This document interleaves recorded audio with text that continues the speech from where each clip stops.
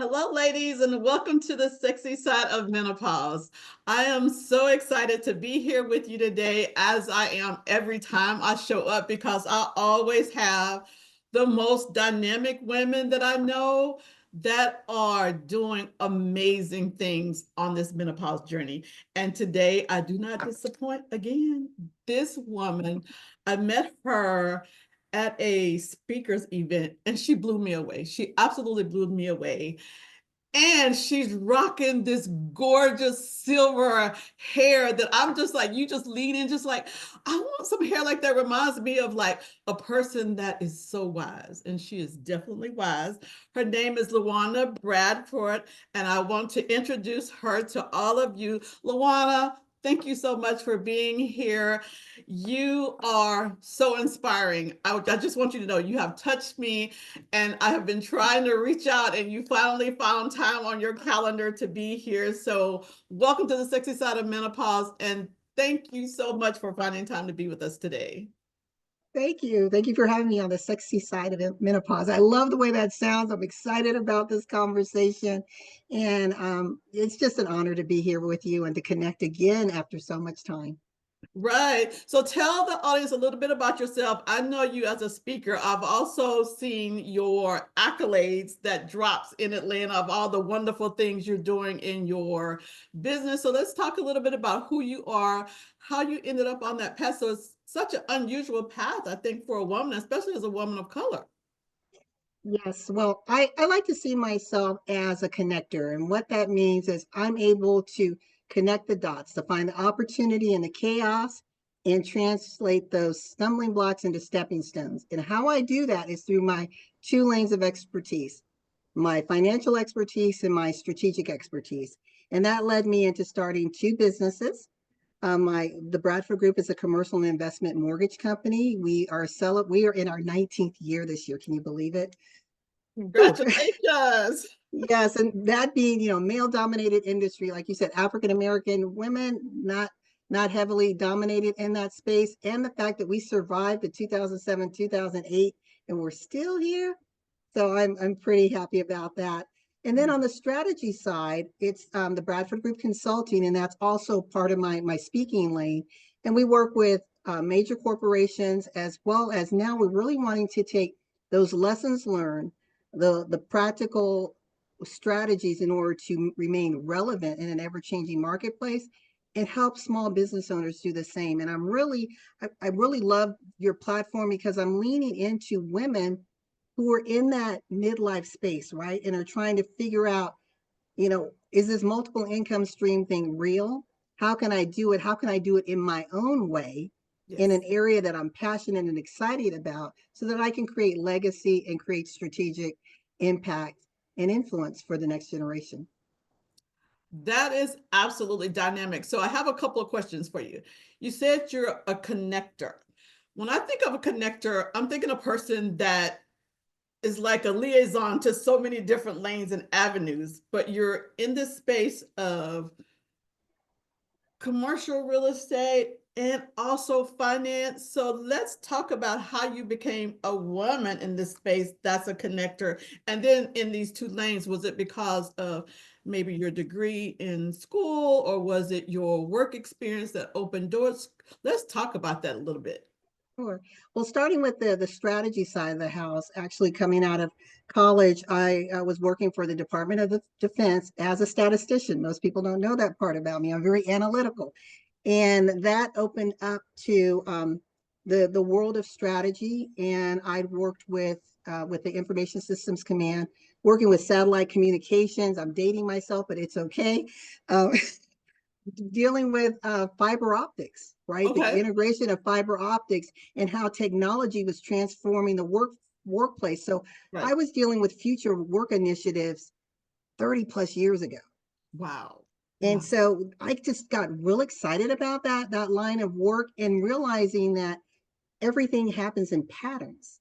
It's all so it's if you understand the pattern, then you can really navigate and create the path that you want based upon the patterns that are already there. So you don't change the patterns. It's Right. how do you redefine them, right, to fit you.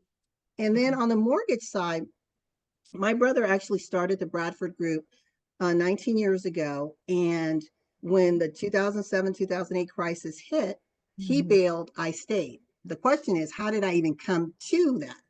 Well, I had just left corporate and thought I wanted to take a sabbatical. And he asked me to come in and help him with the business, to help him with some compliance issues. And I Mhm. got bitten by the bug because I'm an avid learner. And I thought, how can I become a part of this? And even though he's my brother, this was all business. He said, well, we'll have a conversation. We'll talk about your investment. And then if you're a viable partner. So like I said, that's my journey here. He left for the best interest of his family. I Mhm. stayed. The rest Mhm. is history. That's amazing. One, you said that there's an investment, and I like to think of an investment like you have skin in the game. It's like you're not on the sidelines, you're in it, and you're going to bring whatever you can to back this journey that you're going on. But before you actually ended up in this business, you said you needed to take a sabbatical. And as a woman that's helping women on the menopause journey, one of the things that I like to advocate is like it's important to take some time, get still, and find out what this chapter of life is calling for you. And it's like it led you into a totally new career opportunity. So let's talk about this sabbatical. How did that look like for you? You were in a corporate environment where you burn out, or was it one of those things you've been thinking about doing something different? And like, let's talk through that, because I feel like so many women find themselves in that space. And if they don't have good support or somebody to give them some insight into that path, they kind of get lost along the way. Right. No, I agree with you. No, I wasn't burnt out at all. I loved what I did. And the one lesson that my father always taught me that I have applied my whole life, he said, find something in life that you love so much that you'd be willing to do it for free and you'll never work a day in your life. And I have literally been blessed throughout my professional career and now as an entrepreneur. And my entrepreneur journey actually didn't start there. It started out of high school. And this is a Okay. funny for you. Um, I got bitten by the entrepreneurial bug when I started college. And you're as Okay. a college student, you're looking, how can I make some extra money? And Yeah. we all are familiar with direct sales or direct marketing. I Hmm. started selling knives. I was Okay. going door to door selling Cutco knives. I And know those knives. I realized if I can sell knives, I think I could sell anything. Yes. So I just started to really study business, and I realized I really love how businesses connect, and that it's really just the transfer, right? Money is a transfer of goods and services. Mhm. Right. But with Right. that, there are people that's involved, whether it's the people Mhm. that are helping you Okay. to build your business, whether it's that customer, whether it's those stakeholder relationships, partnerships, Mhm. folks that are in your supply chain. And Right. I really started to get really, really passionate about that.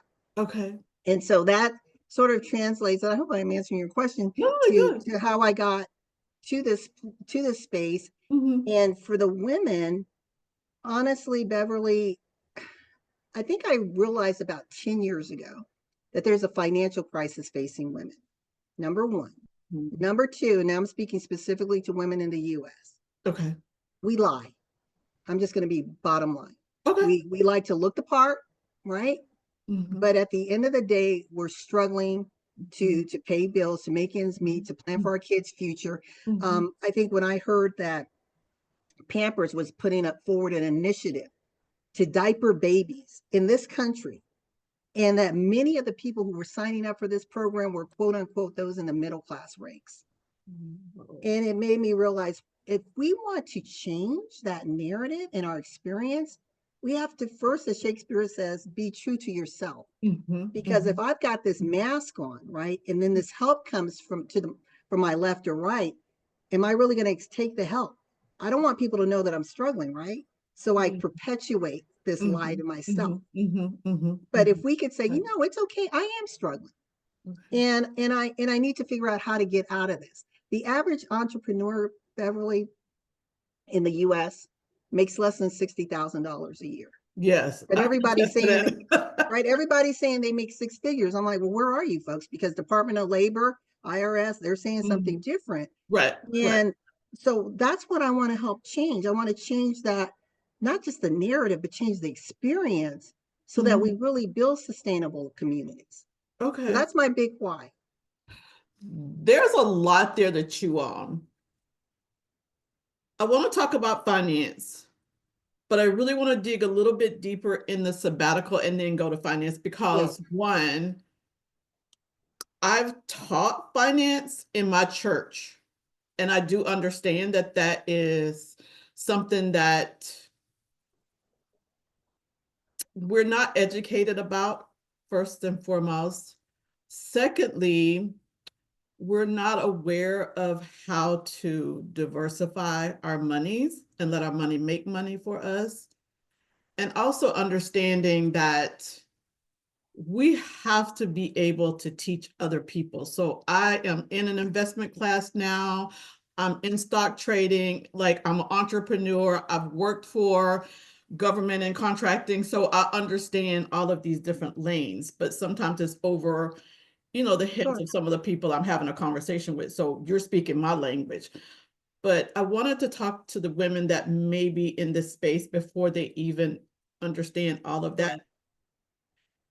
that they can find themselves in a dark space Sure. trying to figure out what the next step, like, do I still continue to work when I'm not getting joy in my work? Because there are women that show up, and I was one of them at certain points in times, like you're just kind of going through the motion because you need to bring an income, but it doesn't really, like you say, it's not the work you want to do for free. You know what I mean? It's Right. the work that you have to do to make ends Exactly. meet. So let's talk about that a little bit and how Sure. we can maybe move into this space where we lean into the financial aspect of it. Yeah, and I apologize because you did. I kind of went on down a rabbit hole. No, You did because I'm ask with me you about with that one, because that's probably where the rest of this conversation is going to be, because you can't really enjoy your life unless your money's right. So I right. get it. I truly get it. And I don't feel like that conversation is taking place in enough spaces that's openly shared. Like I say, I had to pay for my coaching to learn information about how to trade stocks or how to invest. I had to pay for that. But here we're having a podcast conversation where ladies can get some major nuggets. So please, the floor is yours. But you asked me a couple of things. You first asked me about the sabbatical, then you asked about if you find yourself in a dark space, and then the third thing is then how do you find that renewed passion, right? The Right. so what of your life. And Yes. so the first thing, as far as the sabbatical, I was an executive director for a mass transit organization, and I just felt there was something else I was meant to do. I wasn't really certain what it was. Mhm. So I didn't want to just jump into something. I said, you know what? I've got enough reserves. I can pause for 6 months. Okay. I was fortunate to be able to do that. And I just got to the point. It's like I'm doing so well helping other people build their stuff and things, Mhm. but am I really doing what I want to do? Or there's some dreams that I may have put on the back burner. And as I said, being an entrepreneur for all those years in different lanes, I realized I really wanted to get back into it, but in a deeper, more meaningful way. So Mhm. that's where I was kind of contemplating, the what, and where that sabbatical was really good. I only lasted 5 months, not six, because by May I was already in with my brother. But Uh-huh. how this now transitions to that dark space. I've been so blessed all my life. I used to tell people, not boasting, but very, very serious about it, that I had the Midas touch. I was one of those people, everything fell into place. Mhm. Never had to worry about money until I did.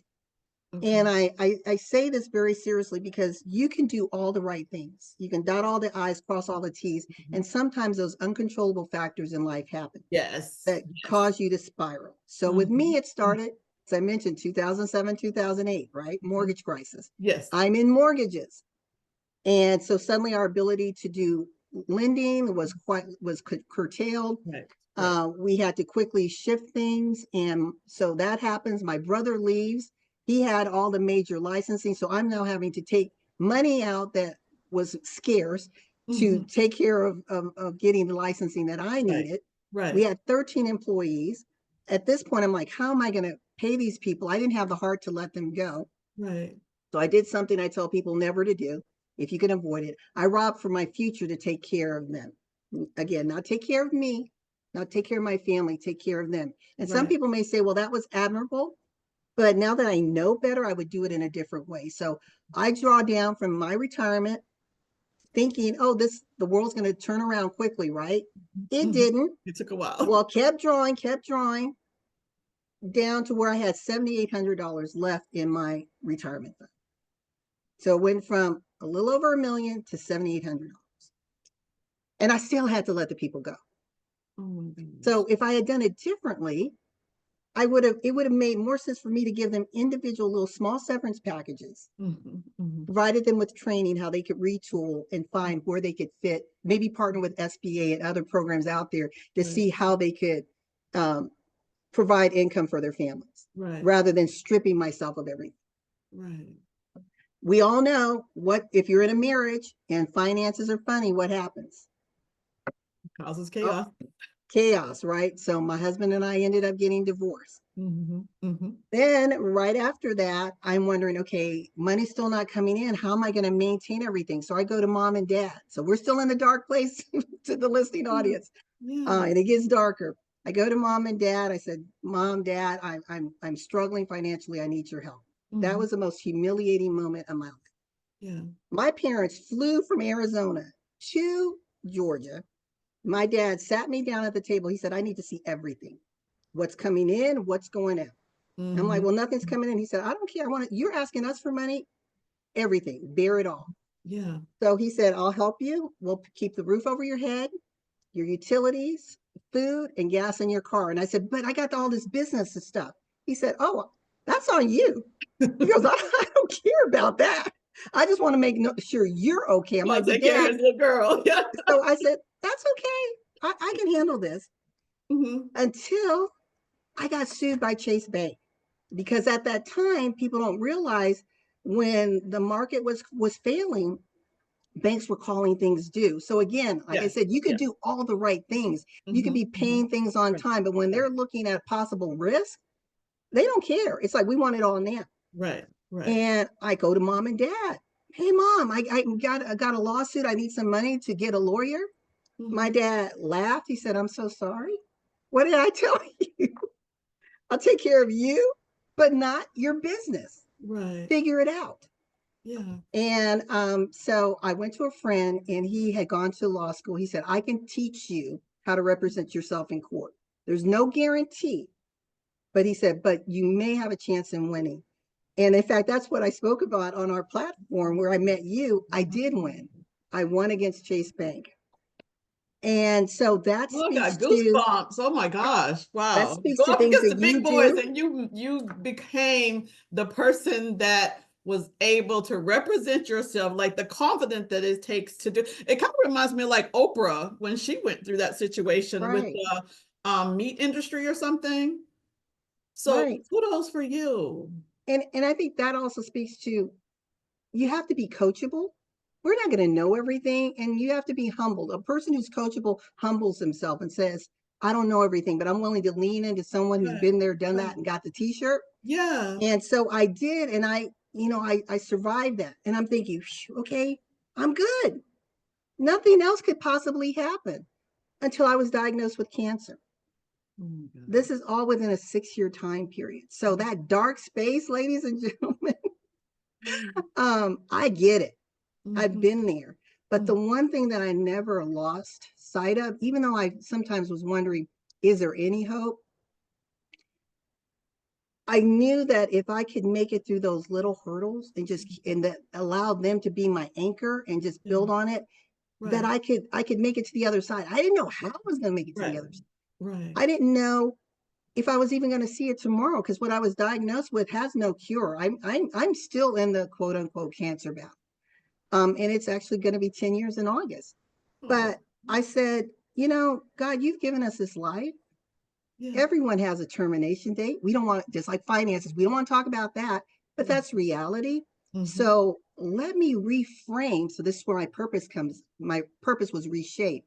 Let me take all these skills and abilities, this crisis that I feel that women are challenged with, Right. let them know that don't wait till tomorrow.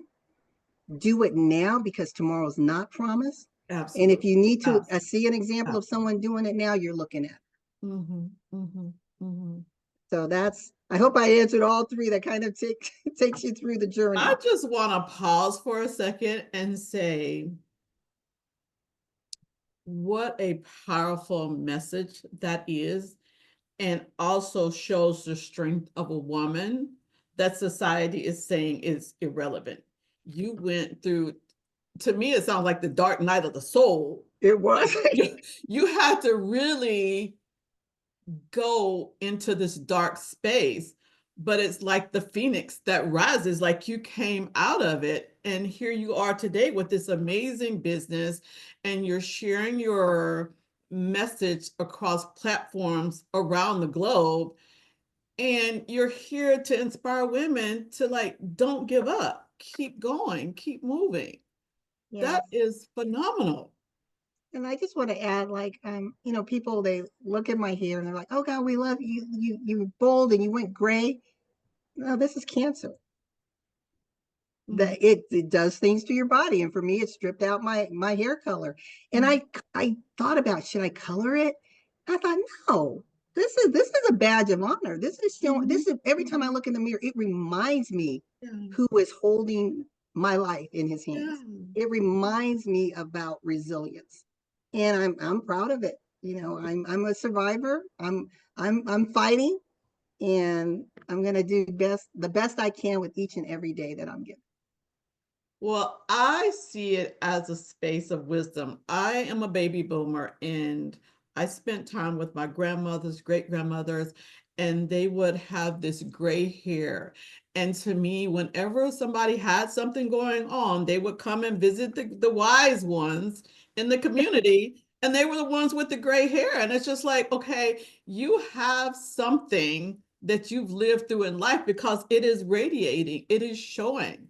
So your hair to me is a wisdom that women can glean a lot. Just being here, I mean, I'm just like choked up a little bit hearing how vulnerable and open you are in sharing this, because sometimes women want to, like, you're talking about the finance, they want to put on this face like everything's fine, everything's great, and there's nothing wrong here. Yeah, But we are exactly. women. We have to be vulnerable. We have to be open. We have to share our experience, our journey. And that's the thing about the menopause journey to me that I'm here to bring forth.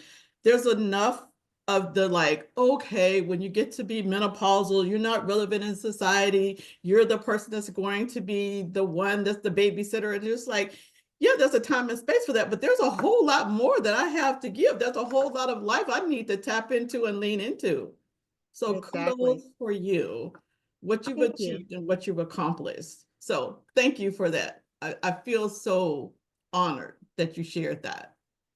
Thank So let's talk about the finance, because you said you had to have your father to help you. And I think that's the thing about finances is like people want to hide it because there's a vulnerability that they sometimes don't know what they don't know. And a lot of times they're sinking. Yeah, they are. Um, I was blessed, to have parents that did have the means to do it, and I know a lot of people don't. Mhm. And so, Right, if you're in that place of struggle, at least find individuals who can guide and help you on right. how to get out of the hole. It may take a little bit longer, Mhm, mhm, um, but and sometimes it will take sacrifice. So, like my dad told me, mhm. he said, "Sell your home." And I looked at him, tears rolling down my face. I said, "Dad, this is all I have left." So Yeah, he knew I had exhausted everything. right, And he right. said, "Well, okay, we'll help you keep that." Okay. But sometimes you may have to let the home go Mhm, if it's going to give you greater joy and mhm. peace of mind at the end. Because Right. I don't know about anyone else, but I know when I was going through that financial hellhole, my stress was Mhm, off the charts. I mhm. didn't sleep well. Yeah. I didn't have clarity of thought, which probably affected some other decisions, right?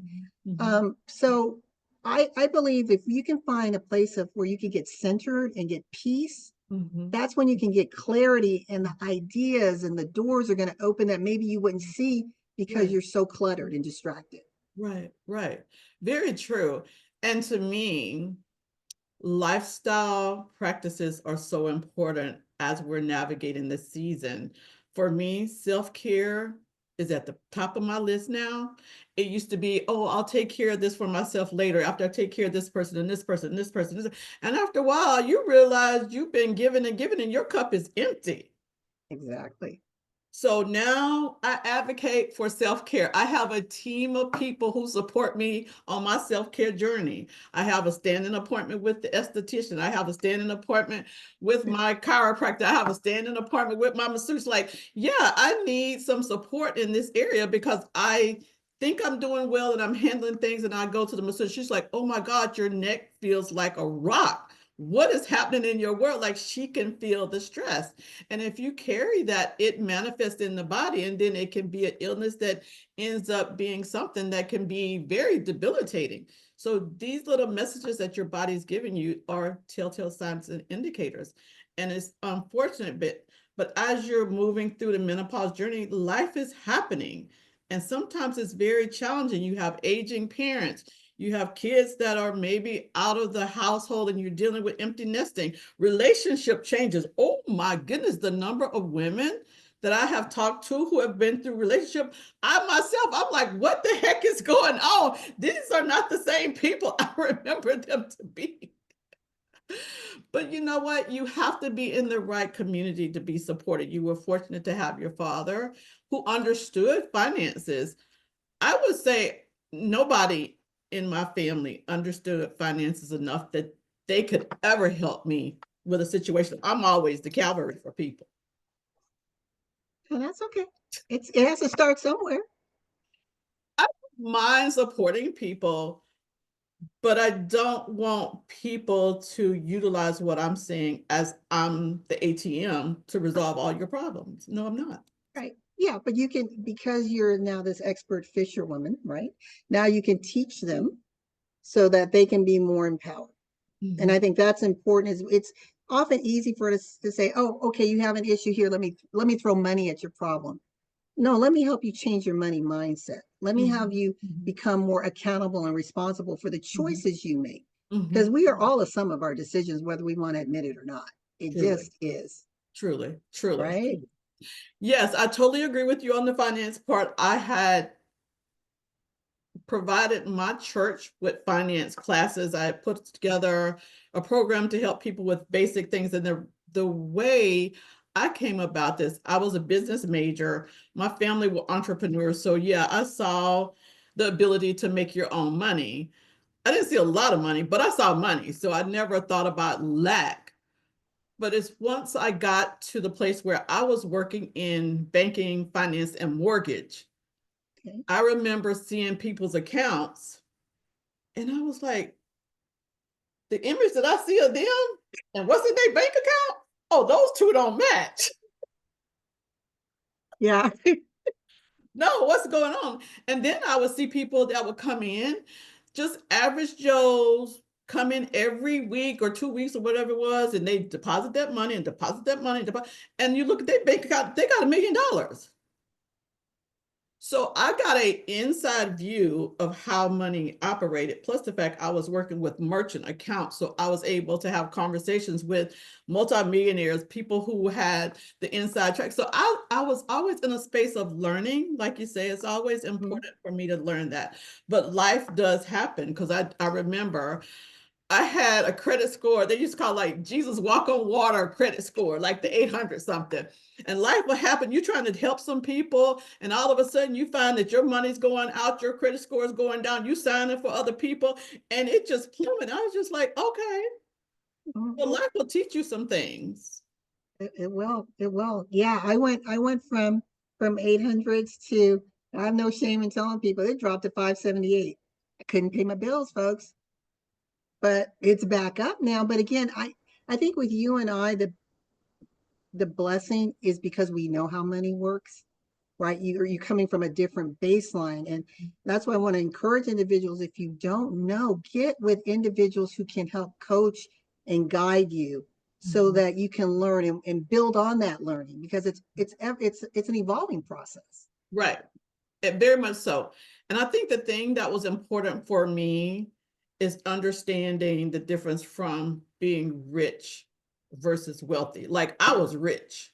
I had all of the things you check the box. I had the Mercedes, I had the rental properties, I had the money in the bank, I had the investment. Like I was living very, very well and very proud of myself because nobody did it for me. You know what I mean? But then there's also this point where you look around like myself. I was not the person that was going to wait for government to say, okay, you're the official age, you can retire. It's just like, okay, this is not working for me, building somebody else's dream. So how can I do this for myself? So I retired myself. my money didn't say I had retirement money.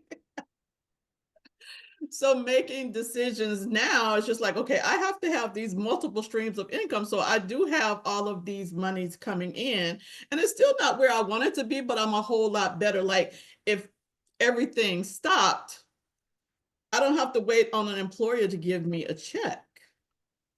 So that's, to me, one of the important ways that you got to look at finance. What can you do to bring other avenues of monies into your ecosystem? Because, you know, we're on the situation where the economy is changing. People are talking about, you know, scarcity, which I don't buy into that, but you have to be able to have different ways to bring in money and just not one source. Because if you walk into a job and they say, okay, well, we don't need you, then what? And I've had that experience many times over. Many Oh times yeah, over as a contractor. I think our generation was the first generation that dealt with downsizing, right sizing, you know, mergers, whatever it is, right? So the 30 years or 40 years at a company, that was never ever our real, ever. Mhm. Yeah, yeah.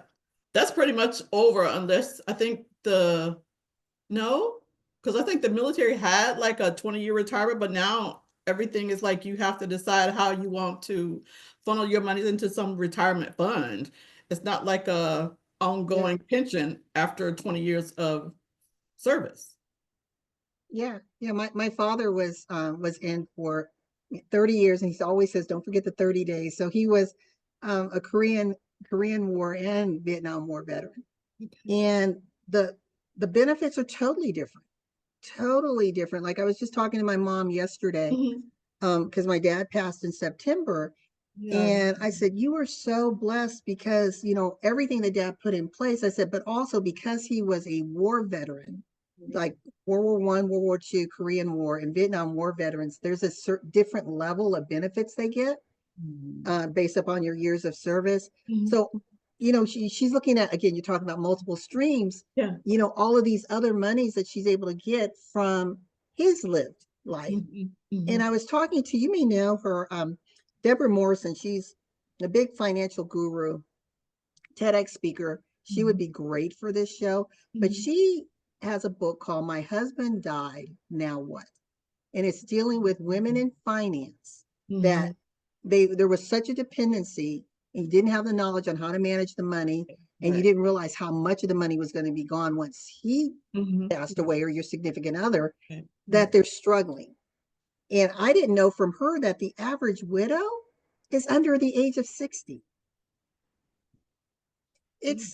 It's scary, Yeah. right? Yeah. So Yeah. Yeah, so what you're doing is so important, teaching women about finance. So as I'm looking at the time, I just like I could stay in this conversation with you for hours. What is like a couple of takeaways you can share with women to kind of get them started on this path of taking responsibility for your finance? I know sometimes it's like you want to put your head in the sand and not deal with it, of course. but you're just going to implode. Like you have to be able to rip the band-aid off. Let's like pull the bills out of the drawer and figure out like what it is you owe, like how much you're responsible for and how you can find ways to address them. So let's talk about that a little bit. I think the first thing really, and I kind of alluded to it, is changing the mindset. And when you to change the mindset comes first with being aware, right? So I can pay my bills, I can do all the, you know, different methods people tell me how to get out of debt. But if this hasn't changed, I'm going to find myself back in that cycle. And I think the most telling thing, like you said, pull your bills out. I challenge women to pull 6 months to a year if you've got credit card bills and Mhm. see what you've been spending. It's one Mhm. thing to look at that bottom line, Yeah. right? I owe $20,000. Okay. Mhm. But Mhm. what were you spending it on? Yeah. And ask yourself, why did I spend, because I spoke to a friend of mine, why did I spend 2,000 last month on Uber Eats? Because you were too lazy, let's be real, to get in your car, drive 2 miles. You were looking for convenience, but that convenience cost. So I Mhm. think the first thing, Beverly, is really unpackaging what you were spending it on and then why. Mhm. What Mhm. was driving you to that impulsive kind of, well, it's easy to tap and go, Yeah. right? But Yeah. think about back in the day when we were more cash based, Mhm. people were very aware. If you gave yourself $100, You gonna hold you $100. you were stretching that. But now it's like swipe, tap. So I think that's the first thing. And then the second thing is to set a goal for yourself that you can really see. What is it that you're trying to do? To say, I want to be debt free. What does that really mean? Debt Mhm. free meaning total everything, house, etc., credit card debt. But then the question should be, how do I maintain a debt free status? Mhm. My Mhm. father retired at age 60. He lived to 94. My goal is to be able to have that level of security to know that I never need to, like you said, rely on a job or anything else to Mhm. maintain my quality of life Mhm. until it's over. And most people don't think about that. It's like, I want to retire. Well, do you know how long you may live? Mhm. Mhm. Maybe retirement is not the answer. Maybe it's Mhm. using your current income on that job Mhm. to pay for that dream. Mhm. Right. Again, that's a mindset shift. Right. And then Mm. suddenly that thing that seemed to be a pain Uh-huh. and a drudgery becomes a joy, because you're like, I got a method to this madness. Yeah. Yeah. Pay me every 2 weeks, because I know what I'm taking that payment, I'm taking a part of it, and I'm investing it in my business or my training or my coaching or doing whatever it is. So then when I walk away, I already have income that matches or surpasses what you're paying. Mhm. Mhm. Yeah. Those are some amazing nuggets. And I am with you 100% on the mindset. As I talk to women going through the menopause journey, that's the number one thing we focus on, because there's a narrative out there that you can buy into, and this can be like the most challenging time of your life, or you can decide for yourself what you want this time of your life to be like and claim it for yourself and lean into whatever life is possible. For me, I'm on my expat journey, honey. I am looking to live overseas part of my life, because I had been traveling off and on for many, many years, and I really love that. Just like you, I've supported the Department of Defense and worked abroad, and I just love travel. And I'm at this space now. It's me leaning into what's on my bucket list. And I really have to say, I'm so grateful. Most of the things that I wanted in my life, I've achieved, but the freedom to travel, to experience life, other cultures, that means so much to me. So that's where I'm leaning into. And I want to encourage women, like, what is it? I'm always talking about this hourglass. Mm. We only have so much time left in this hourglass. So what are you going to do with those things as you're on this journey? It's a decision, it's a mindset. Where do you want to be? What do you want to lean into? What are the possibilities? And if you need help with your finances, this young lady here can help you on that journey. So with that, I'm going to pass it to you, LaWanna. What do you want to leave the ladies with? What are you working on? Where can they find you? Where can they be a part of your ecosystem? Because you're such a blessing. Thank you so much for what you shared, the inspiration to the women, and just rocking it in your space as a woman of color in these corporate rooms dealing with commercial real estate. I personally have a real estate license. I did commercial real estate for a while, and that is not an easy space to be. It's not. Well, thank you again for having me on the show. And one of the things that I developed is a proprietary system called the R3 system. And it takes you, because we always talk here, people say you develop your strategic plan for your life or business. And we simplify it so much that if it were that easy, everyone would be rocking their dreams. Right. So saying, find out where you are, where do you want to go, and then come up with ideas to get there. That there's pieces missing. So I've been a strategist for over 30 years. So my system's called the R3. It overlays that. And what it's saying is it's important to refocus, reframe, and reconnect. And this is what I teach, and we also consult on. And it's helping women in business and women in life to be able to refocus on their so what. So it's not just a mindset, but really identifying your skills, your knowledges, the resources that you have around you, and how does that fit into this dreamscape that you've developed for yourself. Then realizing you've been empowered by the great, I'm a woman of faith, by the greatest creator of all, right? And as such, you also have architectural genius in you. Yes. So reframing is designing your framework for your life. As MLK said, what is your life blueprint? So you develop it. And then the last thing is reconnect, knowing and believing that you are this great ball of genius. You have this lane and rules of game that you've set for yourself. Now dust yourself off, acknowledge the ash and trash that you've come through, rise, like you said, the phoenix, and reconnect to your playing field and win. So that's what I offer to women in business and in life. You can connect with me on all things social media, LaWanna Bradford. If you want to know more about me, go to my website, LaWannaBradford.com. And I'd love to just have a conversation with you. You want to unpack it, just say, tell me a little bit more about this R3. And we have ongoing programs throughout the year that we can plug you into. Fantastic. And all of her information will definitely be provided at the end of this podcast. Ladies, I want to thank you for being here. Thank you, LaWanna, for being here and sharing so deeply and such a heartfelt message. And ladies, for those of you that are on the menopause journey, I'm Beverly Whitlow with Beverly Hills Health and Wellness Coaching. I'm a certified health coach, and I help women to break through the stigma of menopause and lean into a fabulous, confident, and sexy new vision through a holistic journey that I refer to as step into a powerful next level life on the sexy side of menopause. Thank you for being here, ladies. We'll see you next time. Bye. Bye-bye.